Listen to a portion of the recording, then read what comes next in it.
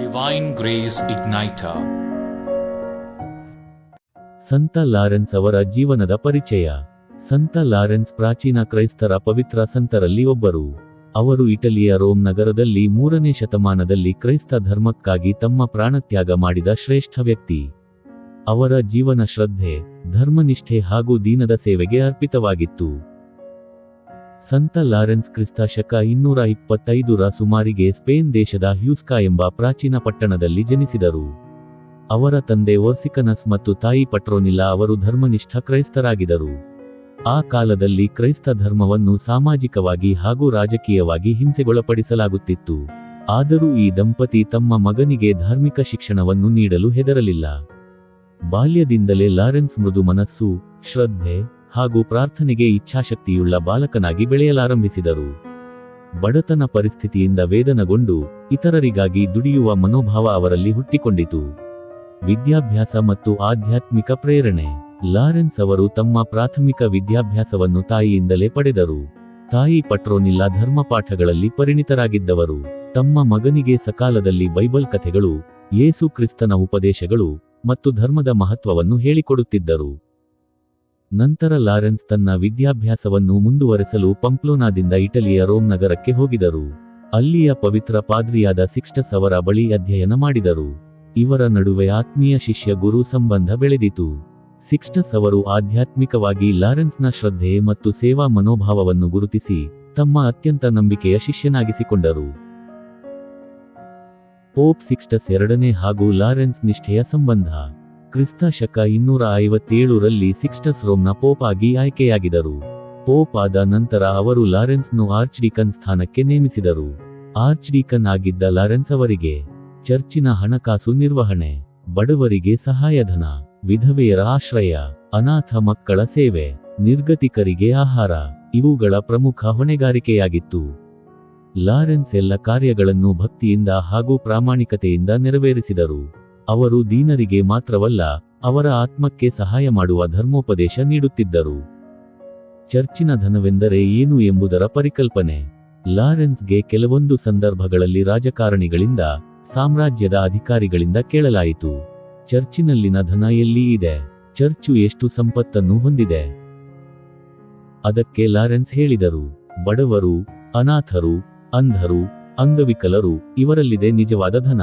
ಏಕೆಂದರೆ ಇವರೆಲ್ಲರೂ ದೇವರ ಸನ್ನಿಧಿಯಲ್ಲಿ ಆಸ್ತಿಪಾಸ್ತಿಗಳಂತೆ ಮೌಲ್ಯಮಯರಾಗಿದ್ದಾರೆ. ಇದು ಆಧುನಿಕ ಕಾಲದಲ್ಲೂ ಸೂಕ್ತವಾಗುವ ಅತ್ಯಂತ ಆಳವಾದ ಧರ್ಮೋಪದೇಶವಾಗಿದೆ.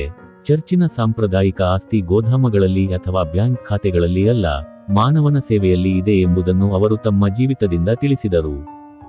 ಕ್ರೈಸ್ತರ ಮೇಲಿನ ಹಿಂಸೆ. ವಾಲೇರಿಯನ್ನ ಆಕ್ರಮಣ. ಕ್ರಿಸ್ತ ಶಕ 258ರಲ್ಲಿ ರೋಮ್ನ ಸಾಮ್ರಾಟ್ ವಾಲೇರಿಯನ್ ಕ್ರೈಸ್ತ ಧರ್ಮವನ್ನು ನಿಷೇಧಿಸಲು ಆದೇಶ ಹೊರಡಿಸಿದರು.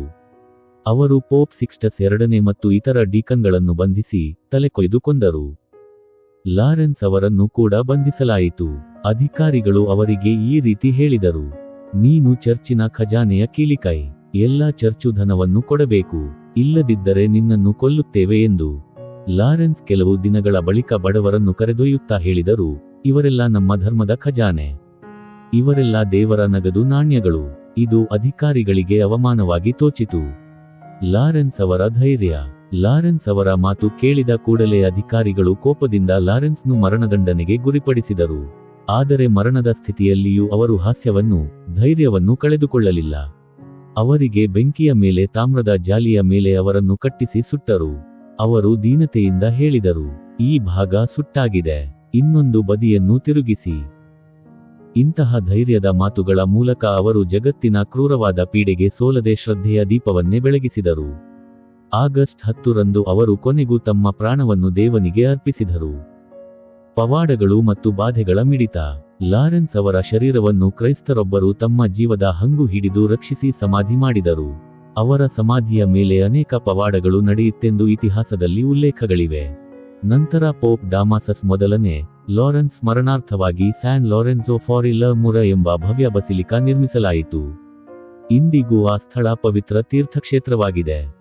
ಆಧ್ಯಾತ್ಮಿಕ ಚಿಂತನೆ ಮತ್ತು ಧ್ಯಾನ. ನಂಬಿಕೆ ಮತ್ತು ಧೈರ್ಯ. ಸಂತ ಲಾರೆನ್ಸ್ ಧರ್ಮಕ್ಕಾಗಿ ತಮ್ಮ ಪ್ರಾಣವನ್ನೇ ಕೊಟ್ಟವರು.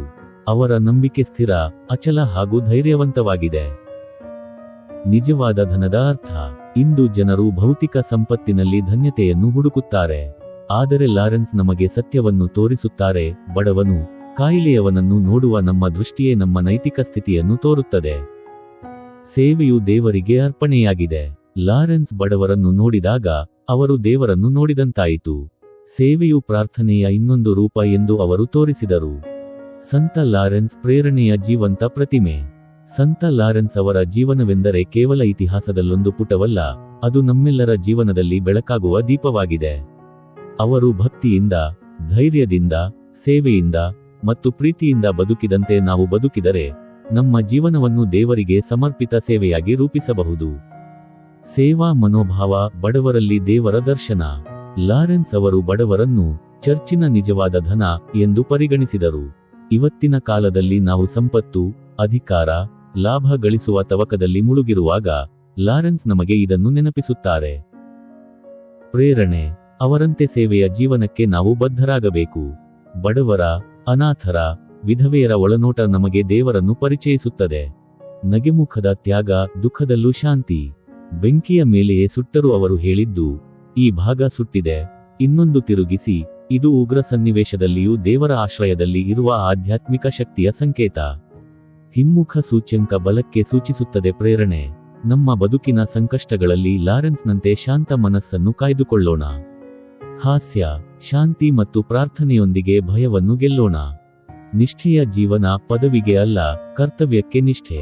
ಆರ್ಚ್ಡೀಕನ್ ಎಂಬ ಹುದ್ದೆಯಲ್ಲಿದ್ದರೂ ಲಾರೆನ್ಸ್ ಹೀಗೆ ಮಾತನಾಡಲಿಲ್ಲ.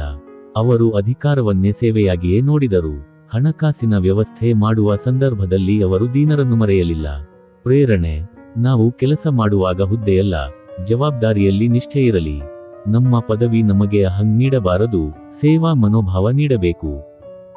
ಪ್ರೀತಿ ಎಂದರೆ ಪ್ರಾಣತ್ಯಾಗ. ಸಂತ ಲಾರೆನ್ಸ್ ಅವರು ತಮ್ಮ ಪ್ರೀತಿಯ ಕೊನೆ ಅಂಕವಾಗಿ ತಮ್ಮ ಪ್ರಾಣವನ್ನೇ ಕೊಡುಗೆಯಾಗಿ ನೀಡಿದರು. ಅವರು ಮರಣವನ್ನು ಮಡಿಲಿನಲ್ಲಿ ಹಾಕಿಕೊಳ್ಳುವಷ್ಟು ಪ್ರೀತಿಯಿಂದ ಕ್ರಿಸ್ತನಿಗಾಗಿ ಬದುಕಿದರು. ಪ್ರೇರಣೆ. ಪ್ರೀತಿಯು ಸುಲಭದ ಮಾತಲ್ಲ, ಅದು ತ್ಯಾಗ, ಧೈರ್ಯ, ಕ್ಷಮೆ ಮತ್ತು ನಂಬಿಕೆಯ ಸಂಕಲನ. ನಾವು ನಮ್ಮ ಸಂಬಂಧಗಳಲ್ಲಿ, ಕೆಲಸಗಳಲ್ಲಿ, ಸಮಾಜದಲ್ಲಿ ಪ್ರೀತಿಯಿಂದ ನಡೆಯೋಣ. ಬಂಧನದಿಂದ ವಿಮೋಚನೆ, ಬೆಳಕಿನಿಂದ ಶತ್ರು ಅಂಧರು. ಒಂದು ಪ್ರಸಿದ್ಧ ಪವಾಡದ ಪ್ರಕಾರ ಲಾರೆನ್ಸ್ ಅವರನ್ನು ರಾತ್ರಿ ಕಾಲದಲ್ಲಿ ಕದಡಿಸಿ ಬಂಧನ ಗೃಹದಿಂದ ಬೇರೆ ಸ್ಥಳಕ್ಕೆ ಕರೆದೊಯ್ಯಲಾಯಿತು. ಆದರೆ ಆ ಸಮಯದಲ್ಲಿ ಆಕಾಶದಿಂದ ಉಜ್ವಲವಾದ ಬೆಳಕು ಬೀಳಿತು. ಅದೆಷ್ಟು ಪ್ರಕಾಶಮಾನವಿತ್ತೆಂದರೆ ಅವರನ್ನು ಕರೆದೊಯ್ಯುತ್ತಿದ್ದ ಸೈನಿಕರು ಅಂಧರಾದರು. ಲಾರೆನ್ಸ್ ಅವರನ್ನು ನೋಡಿ ಪ್ರಾರ್ಥನೆ ಮಾಡಿದರು ಮತ್ತು ಅವರ ಪಾಪ ಮನ್ನಿಸು ಎಂದು ದೇವರಲ್ಲಿ ಬೇಡಿದರು. ಈ ಘಟನೆ ಕ್ರೈಸ್ತರನ್ನು ಬಂಧಿಸುವವರು ಸಹ ತಾವು ತಪ್ಪಾಗಿದ್ದೆವು ಎಂದು ಒಪ್ಪಿಕೊಳ್ಳುವಂತೆ ಮಾಡಿತು. ಕರ್ನಾಟಕದಲ್ಲಿ ಸಂತ ಲಾರೆನ್ಸ್ರನ್ನು ಸಮರ್ಪಿತವಾಗಿ ಪೂಜಿಸುವ ಪ್ರಸಿದ್ಧ ಚರ್ಚ್ ಒಂದು ಇದೆ. ಅದು ಅತ್ತೂರು ಸಂತ ಲಾರೆನ್ಸ್ ಬೆಸಿಲಿಕಾ. ಇದು ಭಾರತೀಯ ಕ್ರೈಸ್ತರ ಪವಿತ್ರ ತೀರ್ಥಕ್ಷೇತ್ರಗಳಲ್ಲಿ ಒಂದಾಗಿದ್ದು ಲಕ್ಷಾಂತರ ಭಕ್ತರನ್ನು ಆಕರ್ಷಿಸುತ್ತದೆ. ಇಲ್ಲಿ ಆಧ್ಯಾತ್ಮ, ಪವಾಡ, ಭಕ್ತಿ ಮತ್ತು ದೈವಿ ಅನುಭವಗಳ ಸಂಕಲನದಂತಿದೆ. ಈ ಬಸಿಲಿಕದಲ್ಲಿ ಪುಣ್ಯಾರ್ಜನೆಗೆ ಸಾವಿರಾರು ಜನರು ಪ್ರತಿವರ್ಷ ಆಗಸ್ಟ್ ತಿಂಗಳಲ್ಲಿ ಭಕ್ತಿಯಿಂದ ತೀರ್ಥಯಾತ್ರೆ ಮಾಡುತ್ತಾರೆ. ವಿಶೇಷವಾಗಿ ಅತ್ತೂರು ಜಾತ್ರೆ ಬಹುಜನ ಆಕರ್ಷಿಸುವ ಉತ್ಸವವಾಗಿದೆ. ಅದು ಜನವರಿ ತಿಂಗಳಲ್ಲಿ ನಡೆಯುತ್ತದೆ. ಭಕ್ತರು ಸಂತ ಲಾರೆನ್ಸ್ ಅವರಿಗೆ ತಾವು ಪಡೆದ ಅನುಗ್ರಹಕ್ಕಾಗಿ ವ್ರತಗಳನ್ನು ಸಲ್ಲಿಸುತ್ತಾರೆ. ತಮ್ಮ ಮೈಮೇಲೆ ಎಣ್ಣೆ ಸುರಿದು ಬೆಂಕಿಗೆ ಕಾಲಿಡುವಂತಹ ಧೈರ್ಯವನ್ನು ತೋರಿಸುತ್ತಾರೆ. ಹಲವರು ತಮ್ಮ ಇಚ್ಛೆಗಳು ಈ ದೇವಾಲಯದಲ್ಲಿ ಪೂರ್ಣವಾಗಿದ್ದನ್ನು ಸಾಕ್ಷಿ ಹೇಳಿದ್ದಾರೆ. ಇಳಿಜಾರಾದ ಬೆಟ್ಟದ ತುದಿಯಲ್ಲಿ ಇರುವ ಈ ಬೆಸಿಲಿಕಾ ತನ್ನ ಶಾಂತತೆ, ಪ್ರಕೃತಿಯ ಸೌಂದರ್ಯ ಮತ್ತು ಆತ್ಮಸ್ಪರ್ಶಿ ವಾತಾವರಣದಿಂದ ಭಕ್ತರಲ್ಲಿ ಆಧ್ಯಾತ್ಮಿಕ ಶಾಂತಿಯನ್ನುಂಟು ಮಾಡುತ್ತದೆ. ಅನಾರೋಗ್ಯ, ನೌಕರಿ, ಮನೆ ಸಮಸ್ಯೆ, ಮಕ್ಕಳ ಸುಖ, ವಿವಿಧ ಬಾಧೆಗಳ ಪರಿಹಾರಕ್ಕಾಗಿ ಜನರು ಸಂತ ಲಾರೆನ್ಸ್ ಅವರ ದಯೆಯನ್ನೇ ಅಲ್ಲಿ ಬೇಡುತ್ತಾರೆ. ಪವಿತ್ರ ಲಾರೆನ್ಸ್ ರವರೇ, ನಮ್ಮ ಹೃದಯಗಳ ಅಹಂವನ್ನೆಲ್ಲ ಬೆಂಕಿಯಲ್ಲಿ ಕರಗಿಸಿ ಸೇವೆಯ ದೀಪ ಬೆಳಗಿಸು. ಬಡವರಲ್ಲೂ ದೇವರನ್ನು ನೋಡುವ ಕಣ್ಣು ಕೊಡು. ಶಾಂತಿಯ ಹಾದಿಯಲ್ಲಿ ನಡೆಸು. ನಂಬಿಕೆಯಿಂದ ನಮ್ಮನ್ನು ಪವಾಡದ ದಾರಿಯಲ್ಲಿ ಕರೆದೊಯ್ಯು. ಆಮೆನ್.